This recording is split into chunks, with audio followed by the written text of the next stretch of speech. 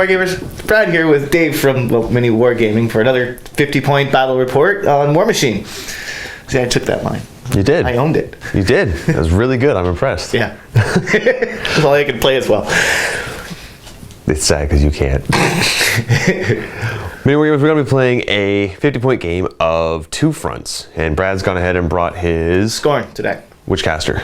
E-Hexy. Ooh. Epic Hexy. Very nice. I've gone ahead and brought Cryx, as I like to do because I like to do it and because it really bothers him.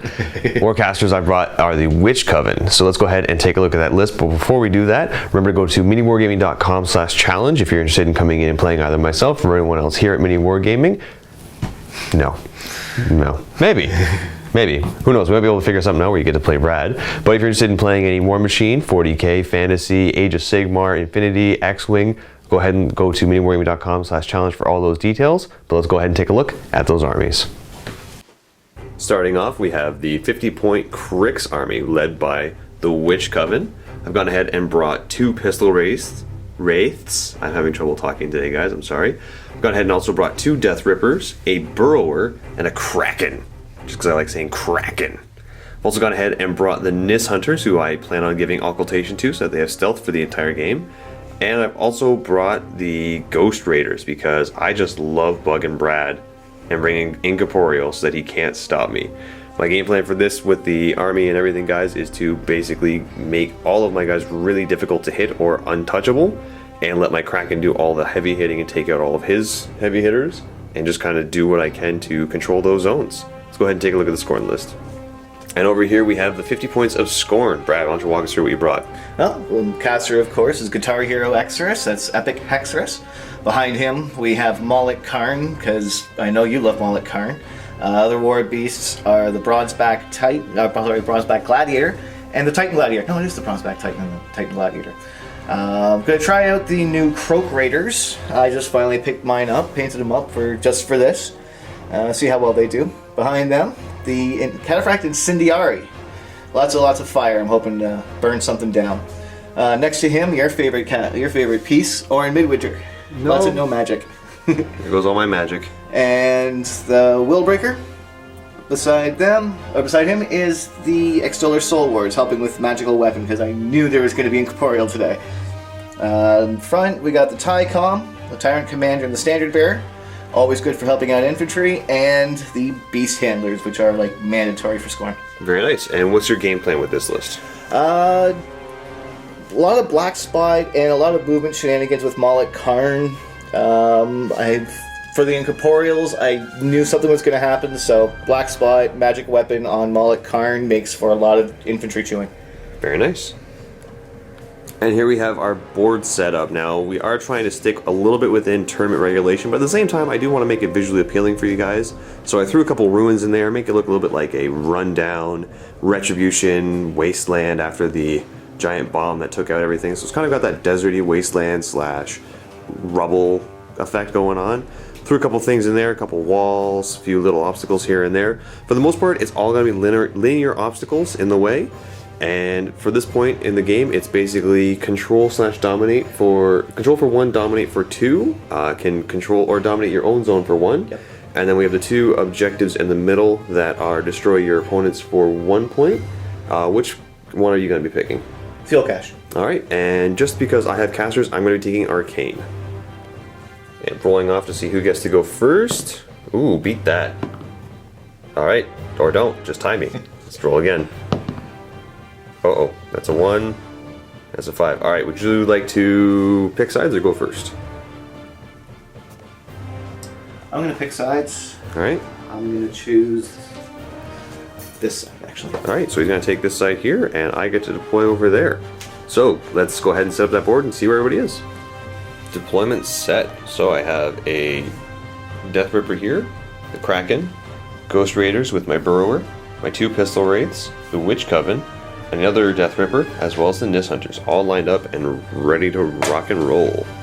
Over here we have the Croak Raiders, the Incendiary, with the UA and Bannerman. No, this is Bannerman. Tyrant Commander. That's it. I almost got it. Then we have the Bronzeback, Yep. Titan, Gladiator, Pain Givers, your Soul Guys, Orin, Jerkface, your caster, another Pain Giver, and then we have Molokarn, another Soul Ward. We have another Pain Giver hiding back here. Oh yeah? As you can't see it there. Haha. Alright, let's go on to turn 1. Round numero uno. That's French for 1. First things first, allocating 1 focus to all of the jacks, because that's important. Next, thanks to Perfect Conjunction, I'm going to have this witch activate and use 1 focus to arc Infernal Machine through this arc node into the Kraken, giving him +2 speed, mat, and terror. And then she will back up 6 inches to right there. Next, my Death Ripper will spend his focus and run right up to base with the objective. As will this Death Ripper, spending the focus to run to here. Next, the orb is going to move right up to here. And this witch will also move to right here. As will this one.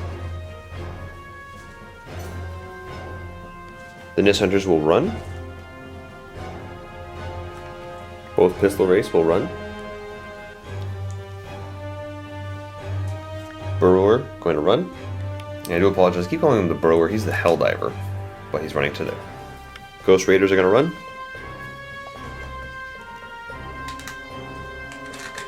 Release the Kraken. Exactly. The Kraken will be released, running up. Finishing his run 14 inches up thanks to Infernal Machine. And this will be the end of Cryx turn 1. Everything pretty much just advanced all the way up. Going on now to Skorne turn 1. And what are you going to do to start? Okay. Tyrant Commander is going to put press forward on the Incendiary. And then he's going to charge this guy. Alright, using true line of sight through this doorway, through that window, going right into this poor little guy right here. Landing them both right there. Going to give the Croak Raiders a ride order. Alright, where they run into. And you're just going to kind of advance up the sidelines here and spread out a bit. Scared of my Nist Hunters, are ya? Oh, a wee bit. And the Incendiary are going to run as well? They're going to run as well. Speed 7 with the press forward from the Tycon. Alright, press forward, giving them +2 to their speed. Yep. And then they run here. Hexy is going to cast Ashen Veil on the Bronze back for 2. Alright, and what does Ashen Veil do? Ashen Veil is target friendly model unit, gains concealment. Living enemy models suffer -2 to attack rolls while within 2 inches of affected model. Cool. And then he's going to cast Arcane Reckoning on himself. Arcane Reckoning is target friendly faction model unit gains Whiplash. Basically, if you miss with a magic attack, I get 1 back. Cool. And where are you heading? And then he's going to charge the Kraken. Okay. Boink. Gladiator's going to activate. He's going to cast Rush on the Gladiator. Okay. On the Bronze back, sorry. And then he's going to run. Boink. So he gets moved a total of 8, but he's going to go to there. Bronze back's going to activate. He's going to rile for 1 and run. Alright, and where's he heading? He's going to head over here with all the safety in the world from Rush. Cool. Next up, Molokarn. Molokarn's going to make himself known by running to there. Okay. He's going to advance the Soul Wards up to there. And this one's going to go up to here.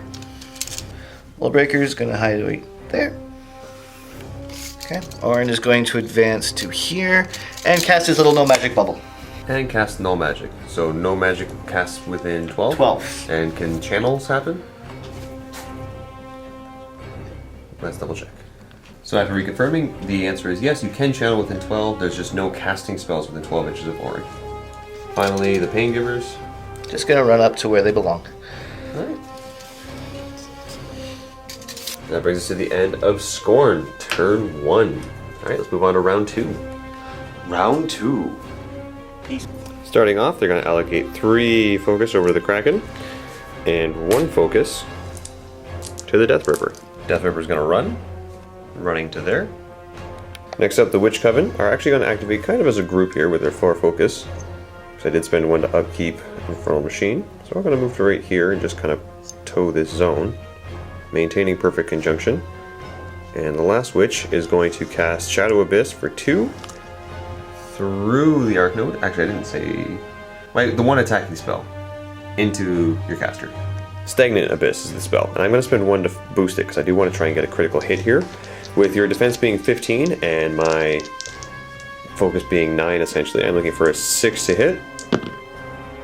And I got a crit, which will cause Shadowbind, reducing your defense by 3. And you're taking a POW 12.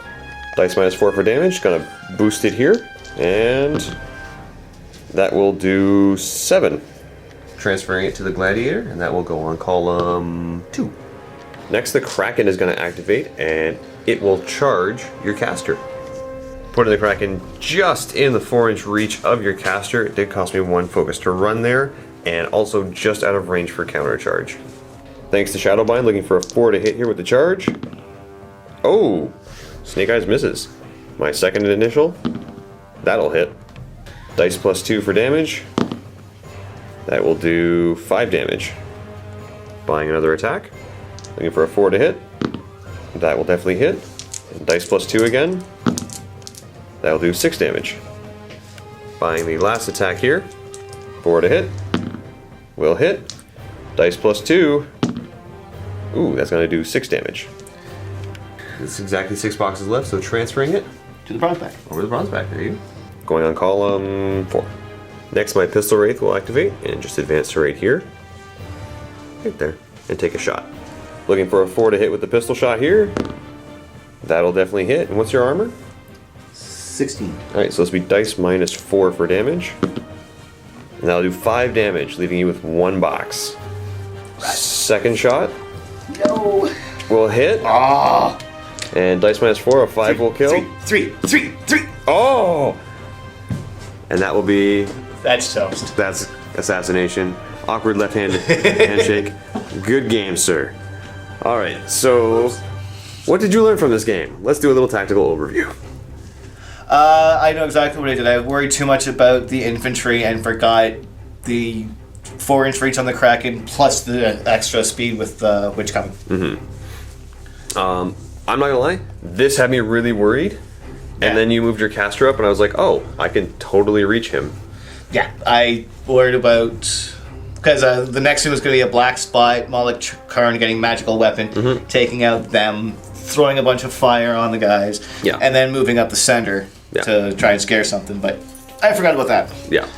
So if you hadn't moved your caster up, I think what I would have had to do was put Ghost Walk on my Nis Hunters so that they could actually get through everything and have them charge everything they could over here and just take out as much as they possibly could just to kind of thin your lines. And then have all of the Ghost Raiders kind of move into the zone to try and control it. I also would have had the Kraken try and take out that objective, score me a point there, or try and get a charge on Malakarn just because the Malakarn bullet scares me. All in all, aside from that maneuver, I was scared when you were bringing everything up here. So, there's lessons learned from this, everybody. Yep. Leave your comments below on what you thought of our list, any changes that you think we should make or could have made, outcomes that you think might have happened if I didn't get an assassination on turn 2. Let us know what you think may have happened. Also, Vault members, go ahead and click the link below to get access to another game between myself and Brad. Dun, dun, dun. Not sure what I'm going to bring against him, but he does have a list already prepped and ready to go.